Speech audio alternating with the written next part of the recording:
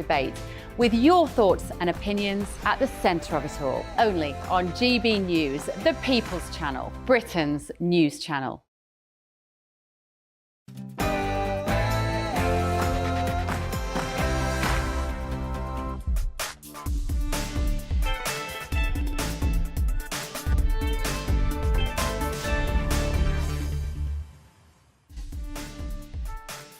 Welcome, this is Calvin's Common Sense Crusade with me, the Reverend Calvin Robinson, on your TV, online and on your wireless.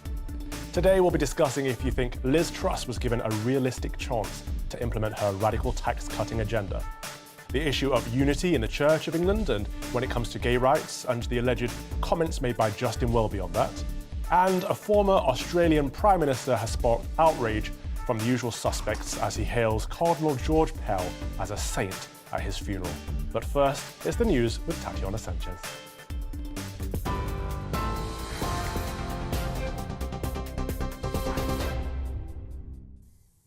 Calvin, thank you. It's 3 o'clock. This is the latest from the GB newsroom.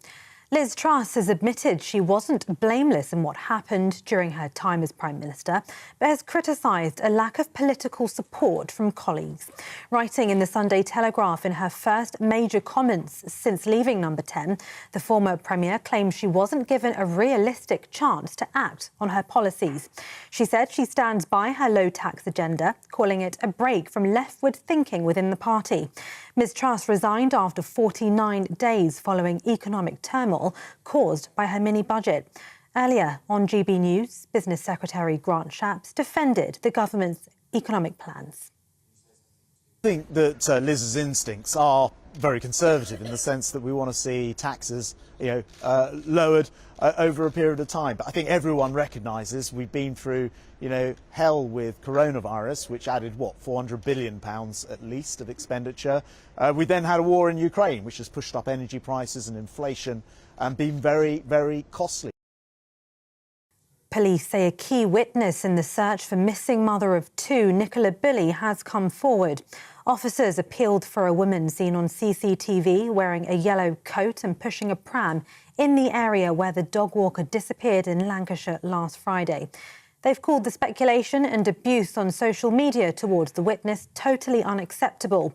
Forensic search and rescue specialist Peter Folding told GB News he thinks the police need to explore all angles of where Nicola could be and not just focus on the river.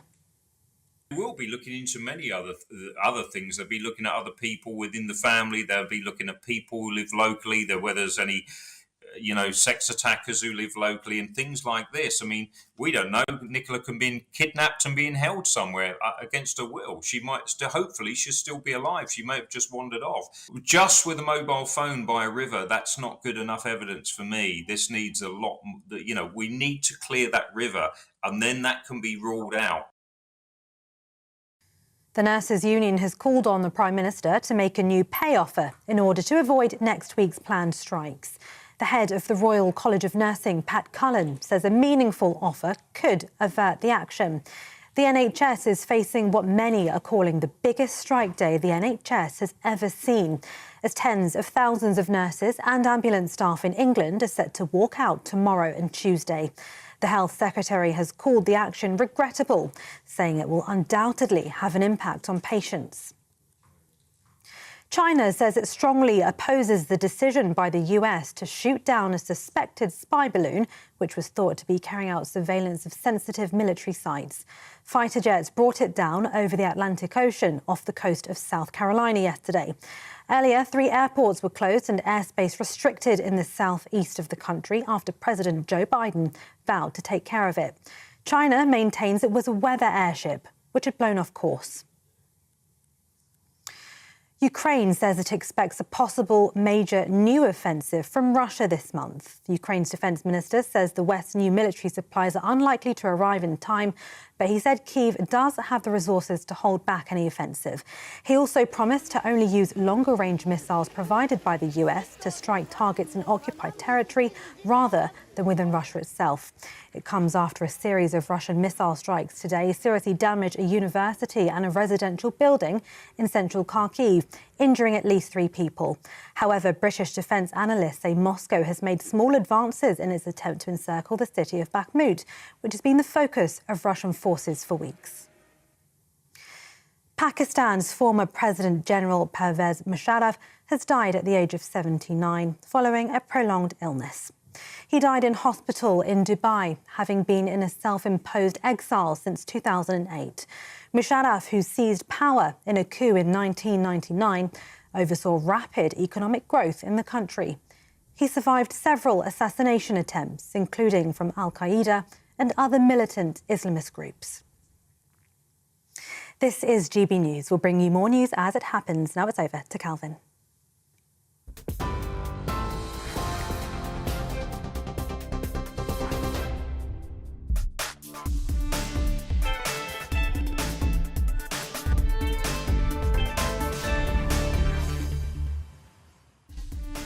Hello and welcome to the Common Sense Crusade with me, the Reverend Calvin Robinson. Here's what's coming up this afternoon. In a 4,000-word essay in the Sunday Telegraph, Liz Truss says she was never given a realistic chance to implement her radical tax-cutting agenda, and that she still stands by her plans to boost economic growth, arguing she was brought down by the left-wing economic establishment. Does she have a point? Then, the Archbishop of Canterbury has reportedly told a group of MPs that he would rather see the Church of England lose its status as an established church than risk the church fracturing over clashes on gay marriage. I'll be joined by the Reverend Dr. Ian Paul to break down what this means for the church. And later on, one of Britain's biggest publishers has been accused of cancelling a book on colonialism that concluded the British Empire was not all bad. The book's author, Oxford academic Nigel Biggar, will join me to discuss. And of course, you can join in any of our discussions by emailing gbviews@gbnews.uk or by tweeting @gbnews. Deres Volt.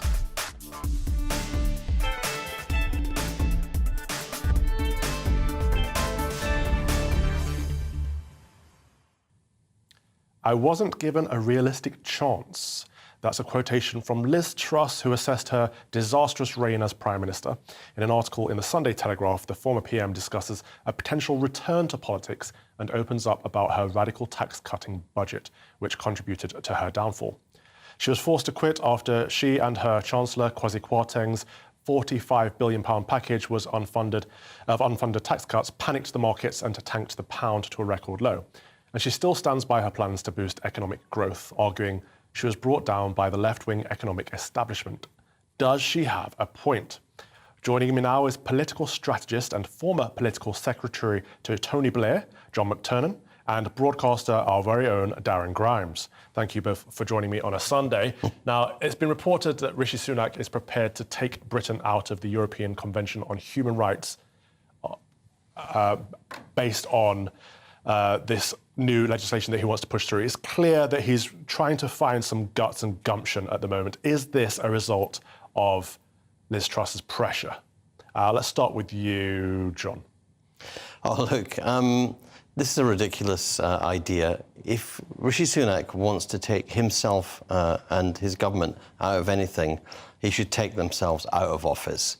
It's over. They've run out of steam, they've run out of ideas, they've run out of energy, and now what we're having briefed the papers is that if, in the event of this legislation actually passing, which is, a long way off, if this legislation is passed, and if, in the event of this being passed, it falls at the European Court of Justice, then, at that point, we're going to put into the manifesto to make this an argument at the next election. People are going to be focused on crime, the rates of it, lack of detection, on the NHS, the long waits, the NHS, cost of living, the price of houses, their mortgages. None of this will cut any ice. It's time for Rishi Sunak to put himself, his government, the Tory party and the country out of their agony by just resigning. Wow. OK, Darren, what's your take on that, mate? Well, look, I don't buy that for a second. I mean, we're predicted to have 65,000 arrivals by small boats this year, Calvin. That's 65,000 people that'll need to be housed, that'll need to be put somewhere, that'll need to, extract money from the taxpayer teat when that teat is already squeezed tighter than goodness only knows what. James Corden in a pair of skinny jeans hasn't got a look in. So I actually think Many viewers will be of the view that it ought to be a basic right, Calvin, of every country to be able to say who can and can't come to their nation state.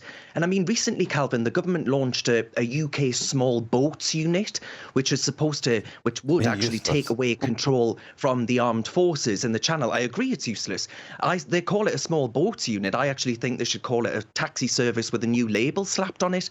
This won't end until we actually do leave the ECHR. The French are taking our money and laughing at we're a total joke, and this, as I say, will not come to a conclusion until we actually are out of the influence of these Euro courts. That's a very good point, John, isn't it? That this is a threat to leave the ECHR. It's not a promise, it's not a pledge, it's a threat to leave if the legislation doesn't go through. Does Rishi just need to get on with it? Look, the issue here is competence. Darren is right. The country, the public, the voters, and refugees and asylum seekers do have the right to expect a competent government. I mean, this government, it grants 80% of the people's cases to stay in the country, asylum seekers, refugees, and we're a generous country, and refugees and asylum seekers dislodged by ISIS or the Taliban, they do deserve to have a safe haven, and in our great country, they should come to our great country. The problem the government have got are civil servants dealing with asylum cases deal with, on average, 13 applications a week. Incredible lack of productivity.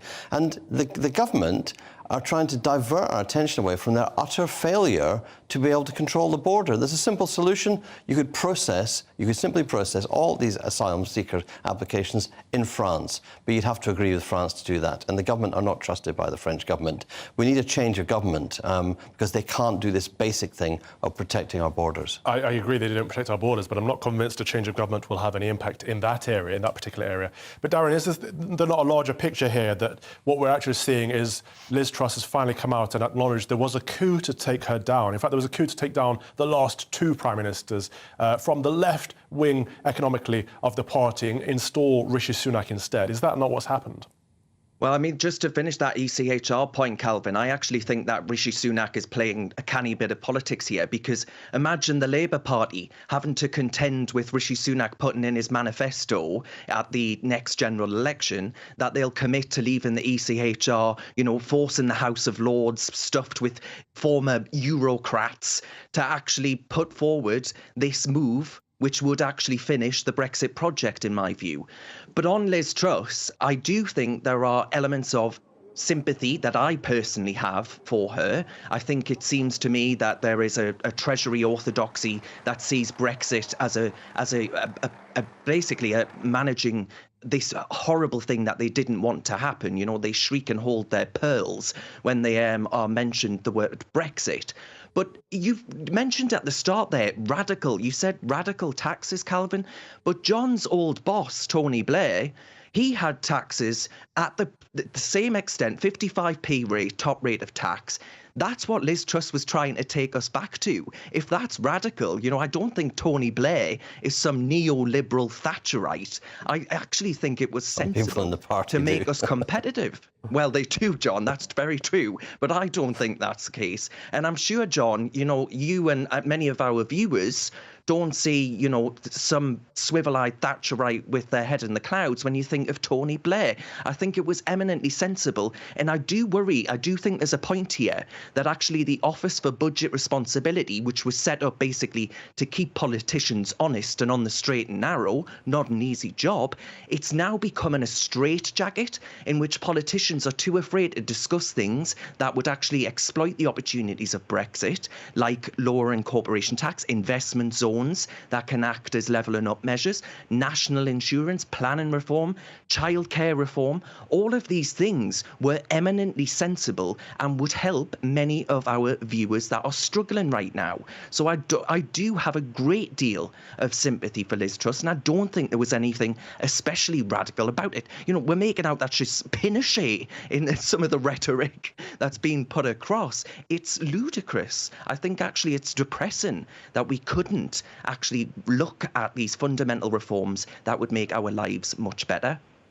It is a bit ludicrous, actually, you're right, in that she's not that radical and she's not even that right-wing. John, is this not the problem, that the Overton window has shifted so far to the left in this country now that we don't even recognise what's left and right anymore? Look, Liz Truss spent 4,000 words in the Telegraph trying to explain herself. She needed one word. She should have said sorry. Sorry to everybody in the country whose mortgage has gone up because of what the FT calls the moronic risk premium that the UK economy has now. The irony, obviously, is the argument that Liz Truss is making is that policies were right, but some comms were wrong. The thing is, her whole campaign for leadership showed that Liz Truss understands the power of symbols. She dressed up as Thatcher to get the vote of people who want Thatcherite policies. She cut the top-raised tax to show she was Thatcherite.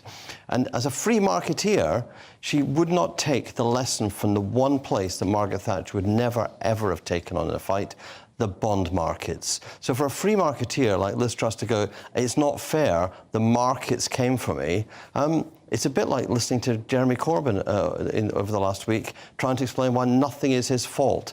There's something wrong with politicians, leaders who get to the top, like Liz Truss and Jeremy Corbyn, who say, it was everybody else's fault, nothing to do with me. She was the Prime Minister, she had her go, everything went wrong, and she's now coming back. She's doing the best thing she could ever do now for the Labour Party, picking a fight with Rishi Sunak, and it's great fun for the Labour Party. To be fair, John, she has admitted blame. She's accepted a lot of fault in this, so she's not saying it's not all her fault. And I think, actually, with Liz Truss and Boris Johnson coming back to frontline politics, it's going to apply a bit more pressure on Rishi Sunak and hopefully pull the Conservatives a bit more to the right. But we'll wait and see on that front. Thank you both for joining me. That was political strategist and former political secretary to Tony Blair, John McTernan, and broadcaster, our very own Darren Grimes. Plenty more to come this afternoon on my Common Sense Crusade. After the break, the Archbishop of Canterbury has reportedly told a group of MPs that he would rather see the Church of England lose its status as an established church than risk the church fracturing over clashes on gay marriage. I'll be joined by the Reverend Dr. Ian Paul to break down what this means for the church. But first, let's take a look at the weather.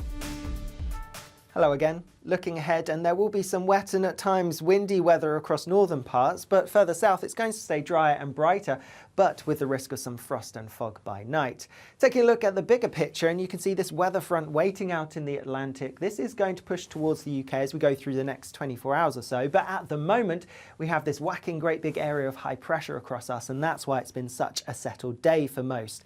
Staying fine across much of England and Wales as we go through this evening, and with some clear skies through much of the night too, but a much cloudier picture across parts of Scotland and Northern Ireland, some blustery gusty winds and also a few spots of drizzly rain too. As a result of the cloud, it's going to stay quite mild here, but with the clear skies for England and Wales, turning cold with -4, -5 possible, so a fairly widespread frost and some freezing fog patches to watch out for first thing on Monday morning.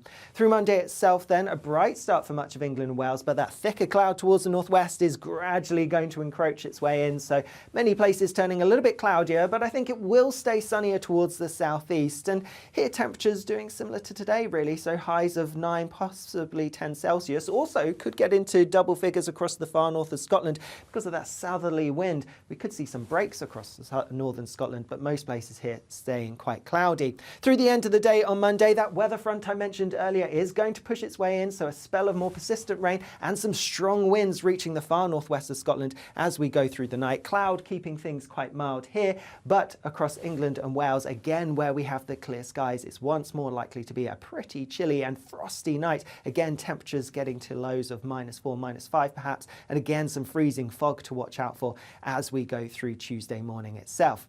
Now taking a look as we go through the rest of this week, and it is going to stay quite changeable at times across northern parts, so some further rain to come, and it will be a bit windy too, but always dry and brighter towards the south, but here there is the risk of some frost and fog. Bye-bye. Join me, Nana Akue, Saturday and Sunday afternoons on GB News. Expect fiery debate and passionate discussion as me and my panel tackle some of the biggest topics hitting the headlines. It's a place for everyone's opinion. No one gets cancelled, but no one gets an easy ride. Oh, she's on it today! Be ready for conversations that are fierce, frank, and of course, fun. Every Saturday and Sunday afternoon from 4 p.m. on GB News, the People's Channel.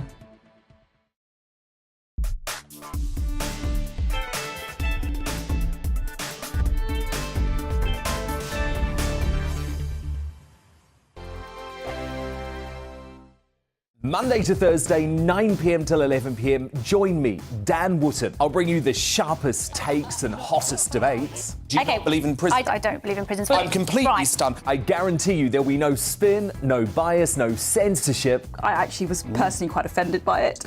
and no reason to go to bed. So I guess they've always been quite woke. That's Dan Wootton tonight on TV, radio and online. Monday to Thursday from 9 p.m. till 11 p.m. on GB News, the People's Channel, Britain's news channel. Hello, I'm Michelle Dewberry, and you can join me every weekday 6 till 7 on Jubes and Kerr. You're an inspiration to us all. Clip that bit off. Well, you are. That's my ringtone. My political ambitions those days are gone, I can tell you. She's only teasing. Go on. He's probably going to want to lay down now. I'll give him 2 minutes to have one. Let's respectfully disagree. That's what we like on Jubes and Kerr. Come and join us. GB News, the People's Channel. Michelle Dewberry, weekday evenings at 6 o'clock. I'm Andrew Doyle. Join me at 7 o'clock every Sunday night for Free Speech Nation, the show where I tackle the week's biggest stories in politics and current affairs with the help of my 2 comedian panellists and a variety of special guests. Free Speech Nation, Sunday nights from 7 on GB News, the People's Channel, Britain's news channel. I'm Michael Portillo. Join me on GB News on a Sunday morning for topical discussion, debate, arts and culture, and sometimes even ethical dilemmas. I don't always agree with you, Michael. Michael Portillo, Sundays on GB News, the People's Channel, Britain's news channel. He's the king of breakfast TV, and he's back. Eamon Holmes, back on the TV with me this morning. Even remember my name. I know, it's been 4 months. You have holy water by your bed? Oh yes, already to bless. Oh, Eamon. Oh. Why do you not believe anything I say? Eamon Holmes back on GB News Breakfast at 6 a.m. This year on GB News, we've got brand new members in the family. Join us. Across the entire United Kingdom, we cover the issues that matter to you. GB News will always stay honest, balanced and fair. We want to hear whatever is on your mind. And we don't talk down to you. The establishment had their chance. Now we're here to represent you. Britain's watching. Come join us on GB News, the People's Channel, Britain's news channel.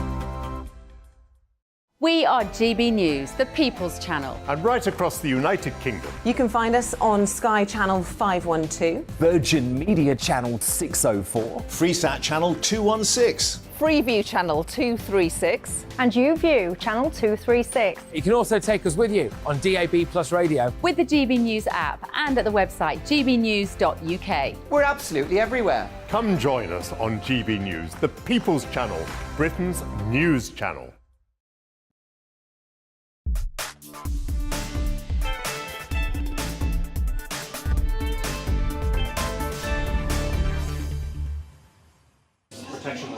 Welcome back to the Common Sense Crusade with me, Calvin Robinson, on your TV, online and on your wireless.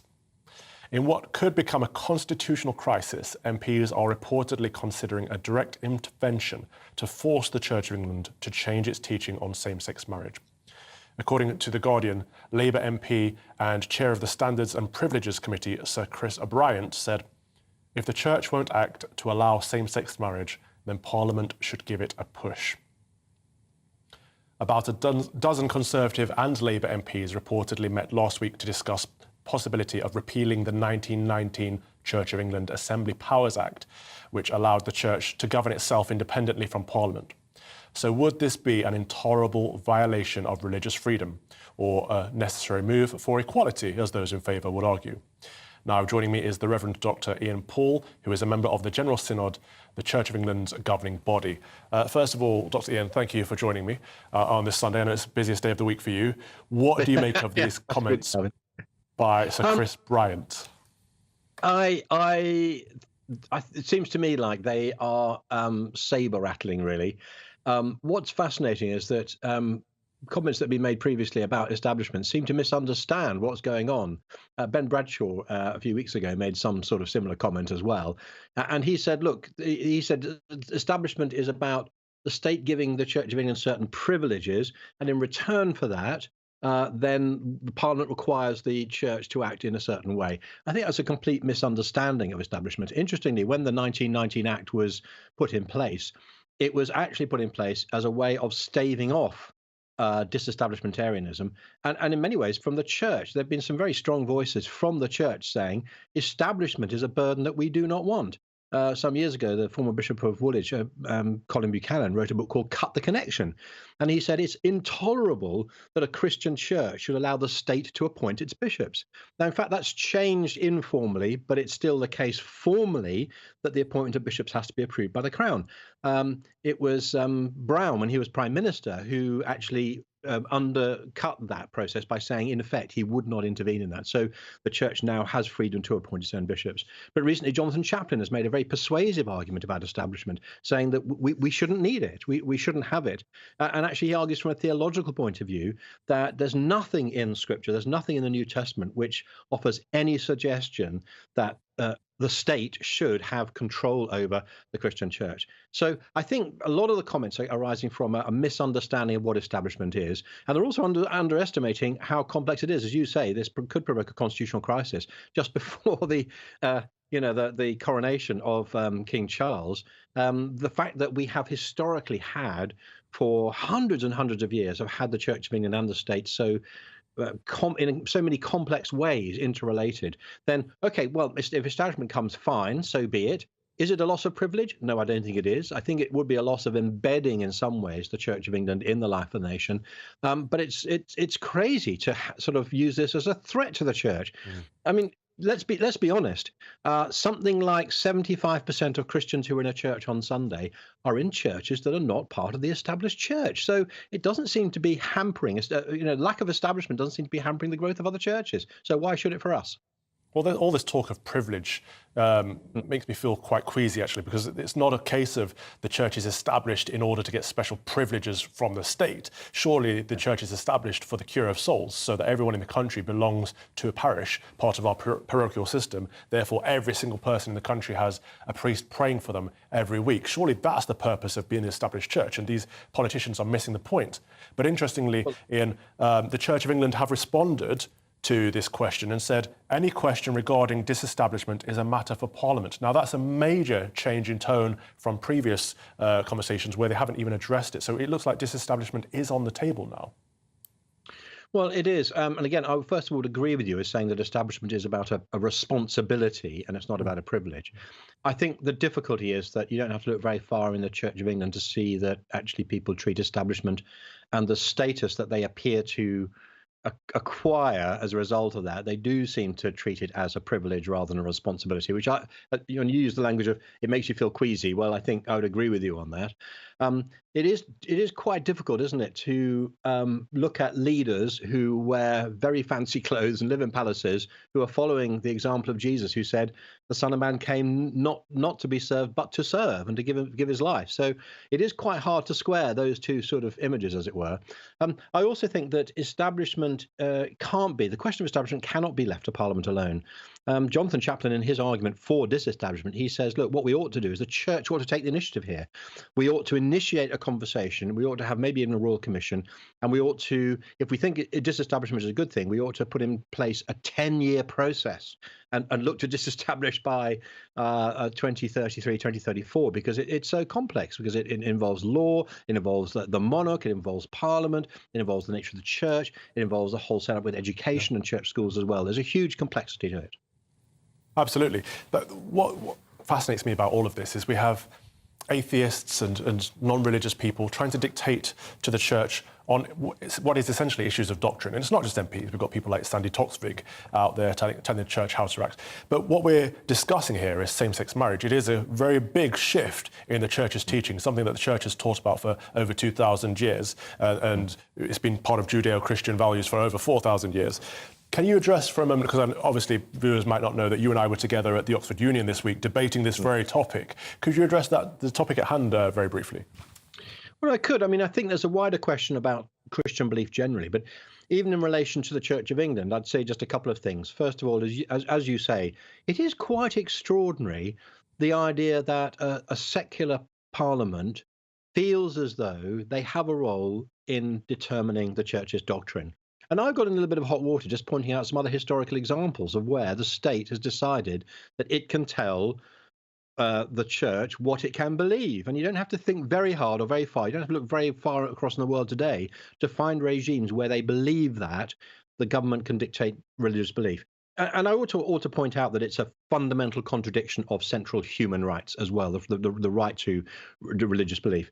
But I think on particularly for the Church of England, people just don't seem to realise how the church's doctrine is formed. The church has what's called canon law, and because it's established, that also becomes part of the law of the land. And canon law says, Canon A5 says, the doctrine of the church is grounded in the Holy Scriptures and in the early councils of the church. In particular, it's found in the Book of Common Prayer and in its formaries, the 39 Articles, the homilies, and the ordinal. Now, what that means is that the Church of England constitutionally is tied very strongly to those documents dating from 1662. Yep. And in that sense, again, people don't seem to understand the Church of England is constitutionally highly conservative. Any changes that we've seen in practice over recent years have not been changes of doctrine. In fact, I can't think of an example where there's been a change of doctrine. The church is developed by actually its praxis moving away from its defined doctrine. This is the issue. And now you cannot do that with same-sex marriage. This has become a crunch point. So if people want the church to change its view of marriage, you are going to have to dismantle all those things. Now, if you change the liturgy and the doctrine of the church, you're also then going to have to change that definition of what the Church of England is fundamentally. And I think that's a huge agenda. Ian, is this not the question at hand anyway? And just very briefly in 30 seconds, if you can, this has been done before, hasn't it? Did the Parliament not put pressure on the Church of England to change its teaching on the ordination of women? It did, but and that may have had an effect. But we just need to recognise that whether or not you ordain women doesn't change the theology, the doctrine of women, according to the Church of England. The content of the ordinal has remained the same. Ordination is about the same things and the same responsibilities. Yep. It's just being applied to a different group of people. It's an entirely different conversation from the one about marriage. Well, thank you very much for that. That is the Reverend Dr. Ian Paul, Member of General Synod. A Church of England spokesman has replied saying, any question regarding disestablishment is a matter for Parliament. And in reference to the Times report, which alleged that the Archbishop of Canterbury told a group of MPs that he would rather see the Church of England lose its status as an established church than risk a global organisational fracturing over clashes on gay marriage, a Lambeth Palace spokesman said, the Archbishop agreed to meet a private conversation with MPs, and it's disappointing that some parliamentarians have chosen not to honour the terms of the meeting. We do not recognise the account of the private discussion as it has been leaked, which was much more nuanced and complex than how it has been described. Well, there you have it. You are with GB News on TV, radio and online. And after the break, one of Britain's biggest publishers has been accused of cancelling a book on colonialism that concluded the British Empire was not all bad. The book's author, academic Nigel Biggar, will be joining me to discuss this, but now here's a check on those news headlines with Tatiana Sanchez.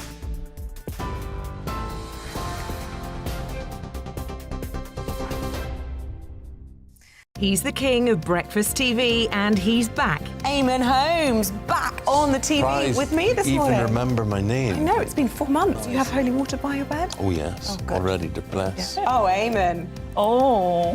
Why do you not believe anything I say? Eamon Holmes back on GB News Breakfast at 6 a.m.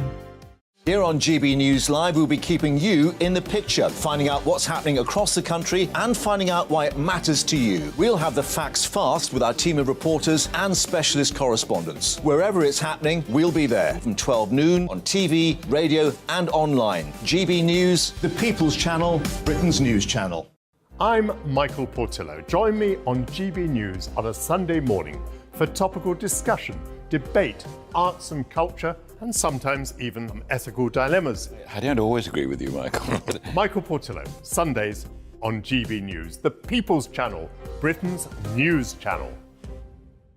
Hello, I'm Michelle Dewberry, and you can join me every weekday 6 till 7 on Jubes and Kerr. You're an inspiration to us all. Clip that bit off. Well, you are. That's my ringtone. My political ambitions those days are gone, I can tell you. She's only teasing. Go on. He's probably going to want to lay down now. I'll give him 2 minutes to have one.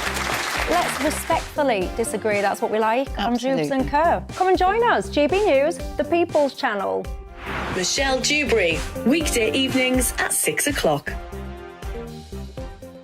Monday to Thursday on GB News, it's Bev Turner Today from 10 a.m. We're going to be here for you, our GB News family, to keep you up to date, but also make you smile. The guy went from puberty to adultery. And I can't wait to bring a few of my own opinions. I have no time for cultural totalitarianism. We'll engage in passionate, but always polite debate, with your thoughts and opinions at the centre of it all. Only on GB News, the People's Channel, Britain's news channel.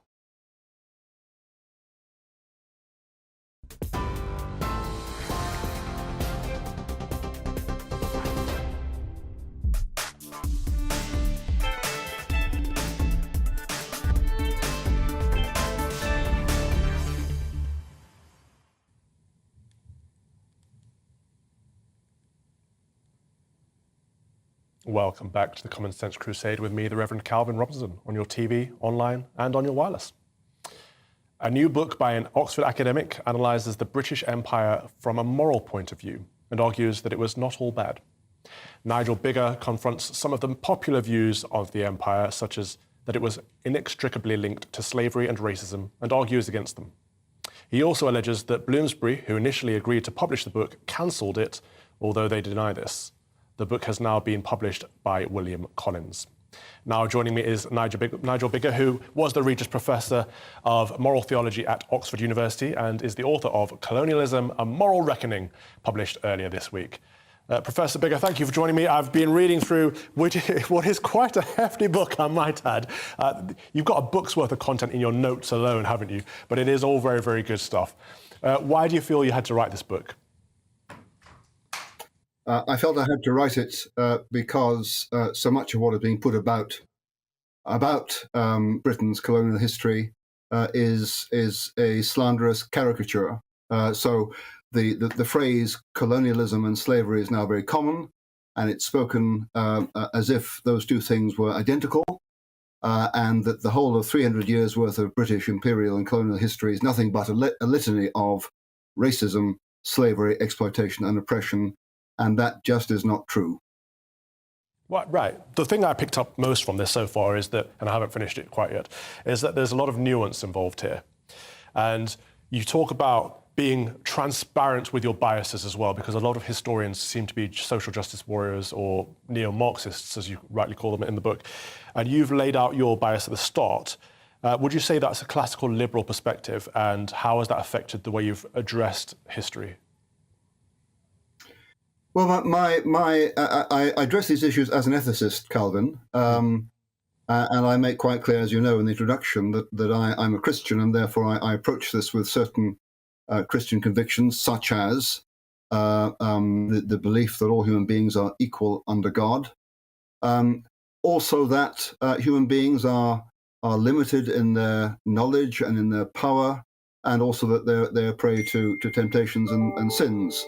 Therefore, I'm not at all surprised that colonial governments, like present governments, often failed, and that they did some bad things.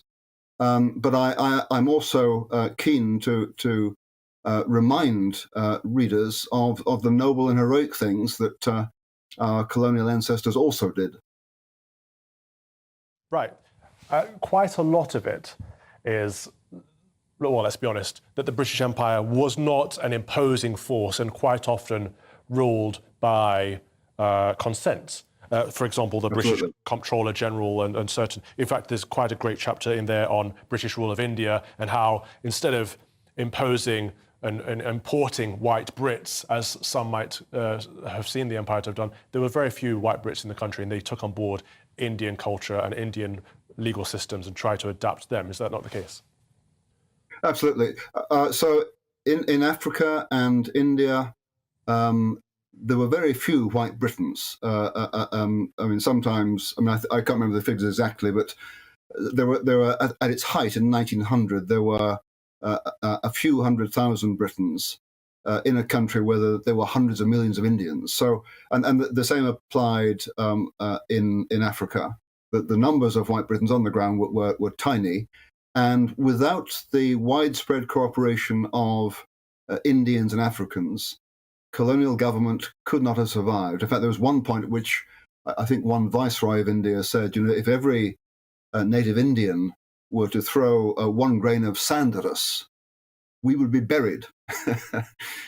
So the empire was often much more collaborative and cooperative between Britain and native than is being put about. Absolutely. And you're quite brave in the book. If I could just add to that, in the 1950s and 60s, several million Chinese volunteered to leave war-torn, anarchical mainland China, volunteered to enter the British colony of Hong Kong. And that has to say something about the relative attractiveness of colonial rule at that time in that place. Yeah. And you aren't afraid to take on controversial figures either, are you, such as Cecil Rhodes, and you give what I would say is a very good defense of him. How would you respond to people who say he, in particular, was a racist? Sorry, I missed that last bit. Cecil Rhodes. Yeah. Your defense of Cecil Rhodes. So how would I respond to his critics? Yeah. I would say certainly, I mean, some people like to liken him to Adolf Hitler. I mean, that's just silly. I mean, if I wanted to put up a poster boy to British Empire, it wouldn't be Rhodes. I mean, Rhodes was an entrepreneur, a buccaneer, full of energy, but like all entrepreneurs, impatient with constraints, and he cut many of them. So he wasn't highly scrupulous. On the other hand, he was he made a lot of money, but he didn't spend it on himself. He spent it on developing infrastructure in southern Africa. He defended the equality of Africans in the Parliament of Cape Colony, saying at one point, regardless of their current cultural inferiority, regardless of that, he said that they are basically the same as we white people are. There's no basic difference. Right. So I think Rhodes is an interesting character. He wasn't a saint, but he certainly wasn't a devil. No, I think you called him patronising in the book, didn't you? But he's one of the figures that people paint. He was patronising to Oxford College dons too.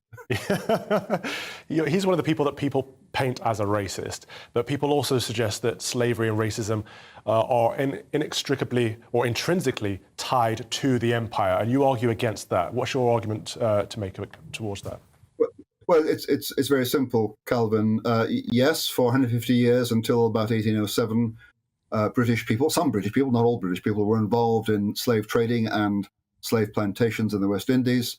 But then, in the first decade of the 19th century, 1807 in particular, Britain was amongst the first nations in the history of the world, to abolish the slave trade. And about 30 years later, it abolished slavery throughout the territories of the British Empire, and then led the world in suppressing slavery and the trade from Brazil to Malaysia. So the bit of the British Empire that is closest to us is actually committed to anti-slavery on the basis of a Christian view of the equality of all human beings under God. Sounds like something to be proud of to me. But just before we wrap up, real briefly, if you could, you have alleged that Bloomsbury cancelled the book initially, and they, of course, deny this. What's your take on it?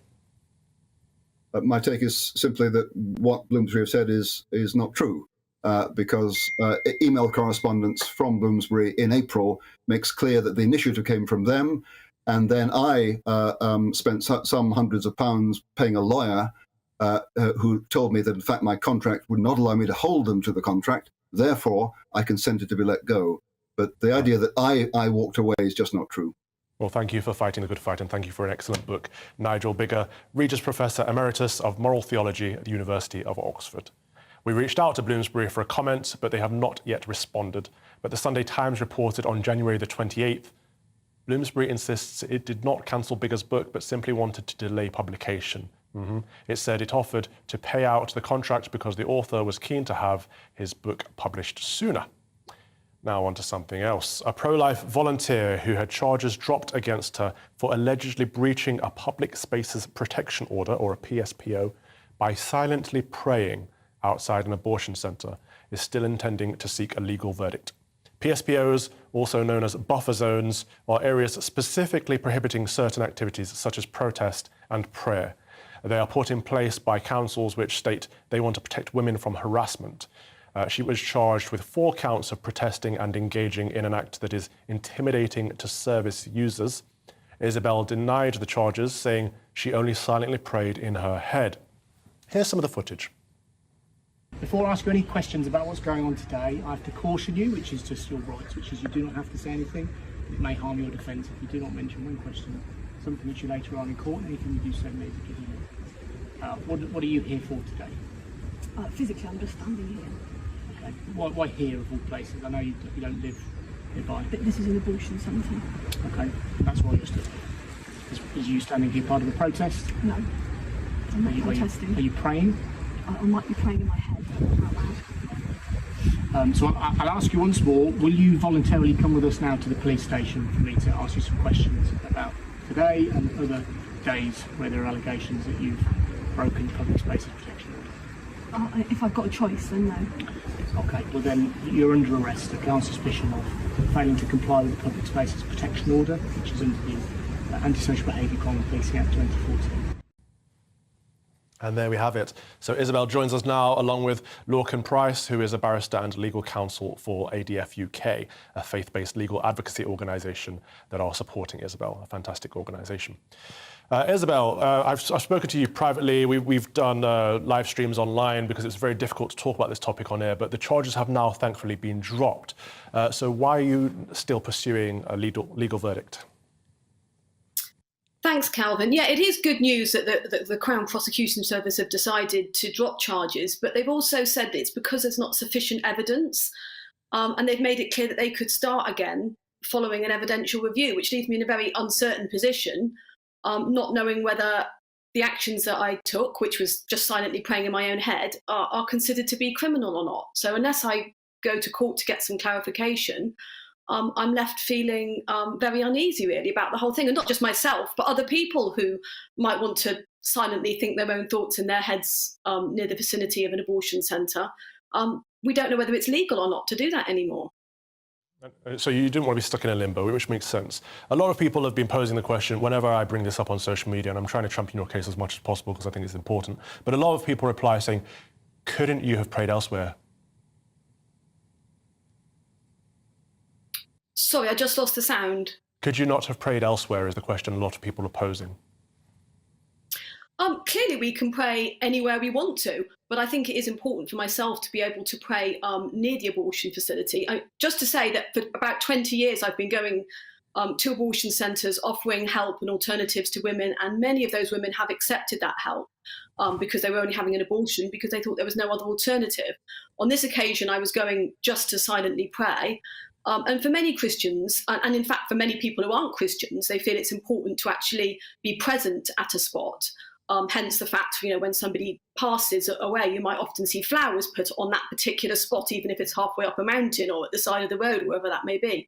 For me, I mark that spot with my prayers. And whether somebody understands that or not, to make that illegal or even raise any uncertainty as to whether it might be legal or not to think certain thoughts in a certain place is really, really concerning. I mean, this is one of our most fundamental rights, the right to think. I hear you. Thank you, Isabel Vaughan-Spruce. Thank you for that. A spokesman from the Crown Prosecution Service said, "We review all cases ahead of the court where the police have charged. Following a review of this case, we concluded that there was insufficient evidence to provide a realistic prospect of conviction." Lorcan Price, a barrister and legal counsel for ADF UK, a faith-based legal advocacy organisation, is still with me in the studio, and I'm now joined by author and broadcaster, my pal from Tuesday evenings, Rebecca Reid, for a debate on whether silent prayer should be prohibited outside abortion facilities. Rebecca, I'll let you start off with this one. What do you think? Yeah, okay, that was a lot. And I'm just processing a lot of very big feelings about this. I am probably the only person in this conversation who has been to an abortion clinic, both for my own abortion and for other people's. I am the abortion friend of my friendship group and indeed wider women I know. So I've pushed through a lot of protesters outside a lot of clinics in my time. And they are probably the group of people in the world I have the most contempt for, because I hear this stuff about we help, we offer alternatives. I've certainly never been offered an alternative. It is an attempt at intimidation. It's an attempt to prevent somebody from accessing a legal form of healthcare, which they have a right to access. Also, very often, when you're going to a clinic, it's not even for an abortion, it's to get a smear test or contraception or an STI check. And you still end up with people standing there looking at you, directly trying to make you feel intimidated. And I'm sorry, I just refuse to believe that anybody is standing there praying silently during the opening hours, at least, because they want it feels important to them. Okay, thank you, Rebecca. Now, Lorcan, we heard there that it could be about intimidation, harassment. Could prayer ever be intimidating or harassing? And I won't talk about any specific case, but when an abortion centre is specifically closed, who's being harassed and who's being intimidated? But is it not the case that freedom of prayer is what's being focused on here, or the lack thereof? Well, that's a very pertinent point, because what we're really talking about here is somebody being able to be in a public place and engage in what is activity that's protected in law and under the European Convention on Human Rights, and to do so in a way that they feel very deeply is helpful and is of assistance. And to criminalise that activity in a way where it's not harassing or obstructive, frankly, is very, very troubling. And it's something that I think most reasonable people would agree is totally unnecessary to have a criminal sanction in law for what we just saw in Isabel's video. And I would go further to say really as well that contrary to what your guest said there, that many women have actually been very clear that the support and advice and help offered by people like Isabel has changed their minds. And I think it's very patronising to say to anybody, it's patronising to say to women that they cannot, that we have to, as it were, criminalise people giving them information or offering them assistance. To do that in any way in a public place, I think is very unreasonable. OK, thank you very much. That's Lorcan Price, barrister and legal counsel for ADF UK, and Rebecca Reed, author and broadcaster. Cardinal Pell's funeral took place this week at St Mary's Cathedral in Sydney, with police forced to intervene as protesters gathered to confront mourners. Cardinal George Pell remains a controversial and divisive figure in Australia. Formerly one of the Pope's top aides, he was Australia's top-ranked Catholic, and his public image was tarnished when he was convicted of child sexual abuse, but that conviction was overturned and Cardinal Pell was acquitted. Two former Australian Prime Ministers attended Cardinal Pell's funeral, including Tony Abbott, who praised the late Cardinal during a eulogy. And so is it in bad taste to protest at funerals, regardless of whose funeral it may be? Still with me is author and broadcaster Rebecca Reed, and joining us now is Professor James Orr, a university lecturer in philosophy of religion from the University of Cambridge. Thank you for joining us, James. I'll start with you since you've just popped on. Is it ever appropriate to protest a funeral? Good to be with you, Calvin. Look, I think that, the right to protest peacefully anywhere should be sacrosanct in any functioning liberal, plural democracy. I mean, I will die on the barricades for that principle. But I think most people would accept that there's something deeply distasteful, even I would say repugnant, about directing vocal abuse at a person at their own funeral as all their loved ones are gathering to mourn him. So I think, your initial read was right. I think it's a matter of bad taste. And I think there is something deeply disheartening, and I think it reveals clearly that the cultural wars in Australia are really, ripping it apart. These are moments, even in military conflict, there is a very powerful convention that the enemy dead are to be treated with respect and dignity, and that's almost uniformly honoured. And so it's strange to see that in these sorts of civil conflicts in the public square, not even that ancient convention is honoured. And Rebecca, when people are celebrating someone's death, does it not say more about them than it does the person they're celebrating? Rebecca Reed, you still with us? Still got me? Yeah. Hi, Rebecca. My point, I would just say, is that I don't think this is a culture wars issue. I think this is a testament to the agony that people in the Catholic Church and people impacted by sexual abuse in the Catholic Church are experiencing, and the complete lack of clarity and the complete lack of conclusion that has been found because of the historic child sex allegations, and whether or not this was true in his case or not, there is a gaping wound in the church. I grew up in the Catholic Church. I know people who were sexually abused in the Catholic Church. And I think basically there's never been any comprehensive ending to the conversation, which is why you end up with situations like this where people, it takes a lot for anyone to be so angry they pick at a funeral, because the funeral is one of the most sacred sacraments. It's basically a demonstration of how badly the situation is being handled. Okay, brilliant. Well, thank you both for that. That was author and broadcaster Rebecca Reed and James Orr, a university lecturer in philosophy of religion from the University of Cambridge. Thank you both for your time today. Now, each week on the show, we like to end with our closing prayer. Here is the collect for the Sunday called Septuagesima, or the third Sunday before Lent. O Lord, we beseech thee favourably to hear the prayers of thy people, that we, who are justly punished for our offences, may be mercifully delivered to thy goodness for the glory of thy name, through Jesus Christ our Saviour, who liveth and reigneth with thee and the Holy Ghost, ever, one God, world without end. Amen. Thank you very much for watching. You have been watching Calvin's Common Sense Crusade with me, the Reverend Calvin Robinson. I will be back with you next Sunday at 3 p.m. But up next, it's the one and only, the wonderful Nana Okoya. Before that, though, here's the weather. Enjoy. Deus Vult. Hello again. Looking ahead, and there will be some wet and at times windy weather across northern parts, but further south it's going to stay drier and brighter, but with the risk of some frost and fog by night. Taking a look at the bigger picture, and you can see this weather front waiting out in the Atlantic. This is going to push towards the UK as we go through the next 24 hours or so, but at the moment we have this whacking great big area of high pressure across us, and that's why it's been such a settled day for most. Staying fine across much of England and Wales as we go through this evening, and with some clear skies through much of the night too, but a much cloudier picture across parts of Scotland and Northern Ireland, some blustery gusty winds and also a few spots of drizzly rain too. As a result of the cloud, it's going to stay quite mild here, but with the clear skies for England and Wales, turning cold with -4, -5 possible, so a fairly widespread frost and some freezing fog patches to watch out for first thing on Monday morning. Through Monday itself then, a bright start for much of England and Wales, but that thicker cloud towards the northwest is gradually going to encroach its way in, so many places turning a little bit cloudier, but I think it will stay sunnier towards the southeast, and here temperatures doing similar to today really, so highs of 9, possibly 10 Celsius. Also could get into